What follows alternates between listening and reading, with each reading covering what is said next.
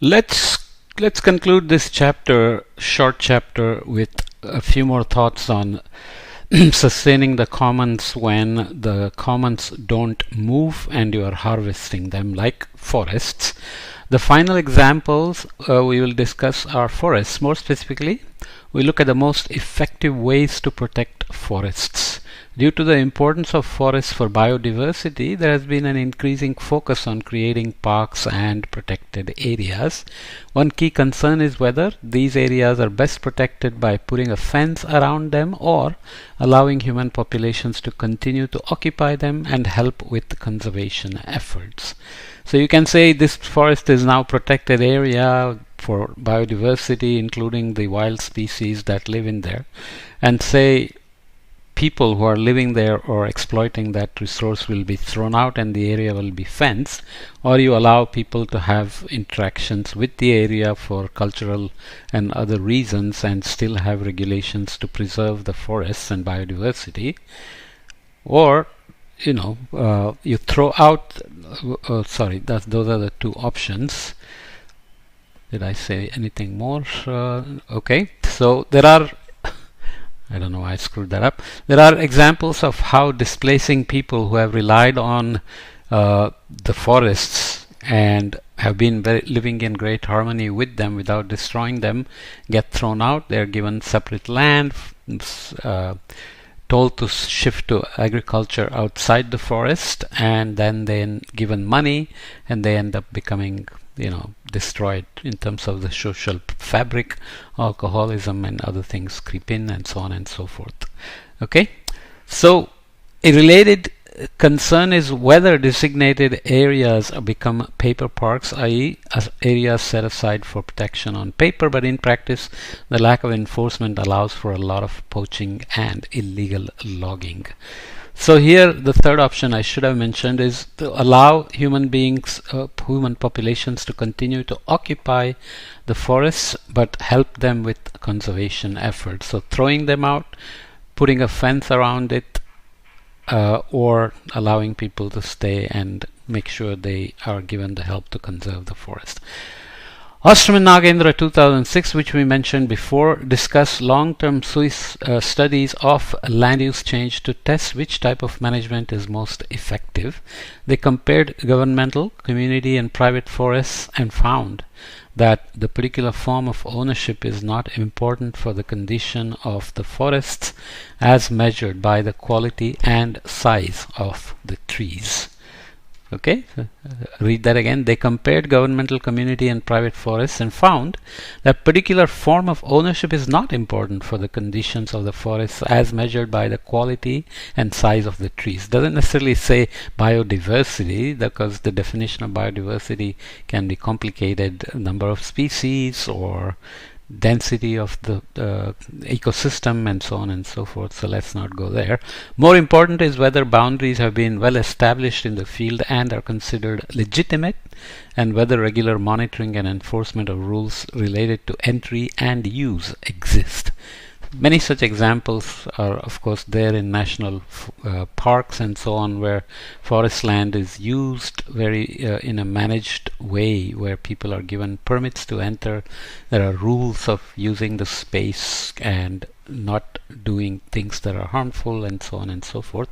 So income from such recreational activities can actually help protect the forest itself and the conservation efforts as well. So here is an example: bicycles and trucks confiscated from people caught illegally removing large logs from forests. Note the circular modification in the cycle made to hold large logs of teak wood. So again, like fisheries, lobsters, teak became very popular and expensive, and the demand often comes from somewhere else. If you're talking about Amazonia, then the demand is coming from US and Europe, let's say, or even China, and people living or not living but somehow having access to the forest can then begin to see that as an opportunity and not be very careful about biodiversity or forests or the impact of deforestation on climate and so on and so forth. So then you leads to these sorts of things. So for sustaining the resources, commons, sustainably, exploiting them, etc., you still need to understand the full socioeconomics of why certain things happen, whether it's corrupt government that's saying, okay,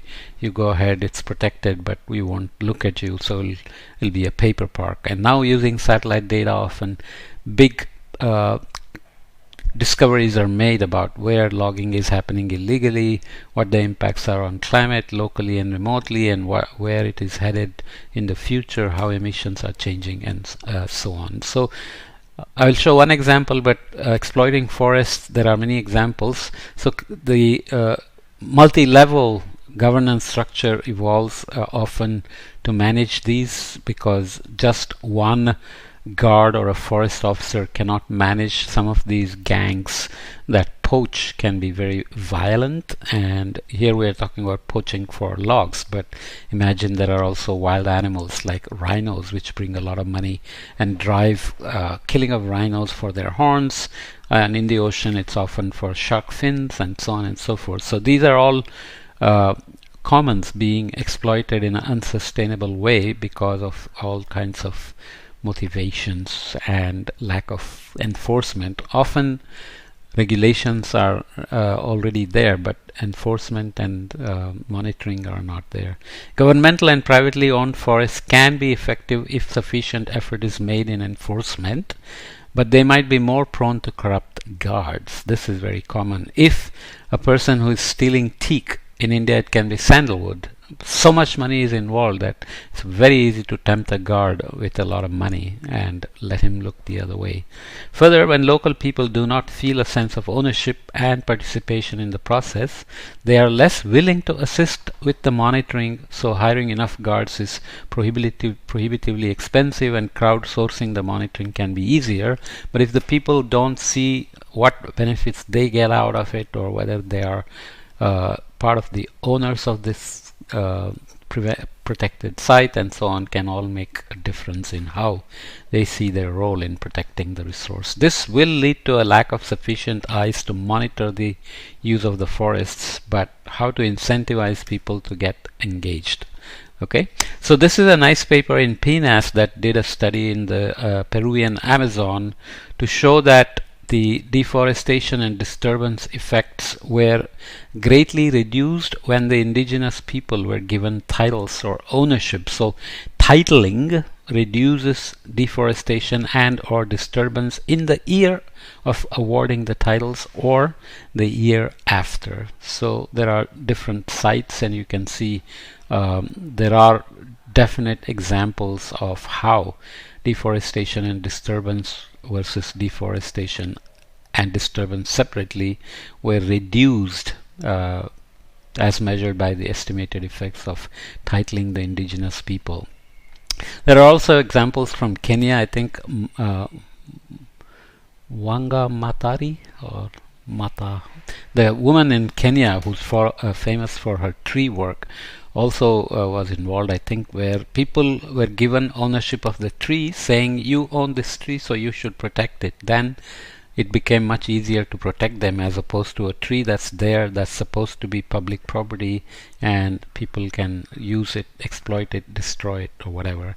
But sense of ownership and titling does give some motivation for whatever human reason to protect. Okay, so we looked at many such examples of how ownership and co-management of the resource or the commons can help sustain the commons, right? Critical reflections from this chapter. There are many examples of self-organized governance of common pool resources that have been successful over a long time. In the successful examples, we see that local communities play an important role, especially indigenous people who are used to living in the forests, around the forest, on the borders, interfaces, and exploit them sustainably.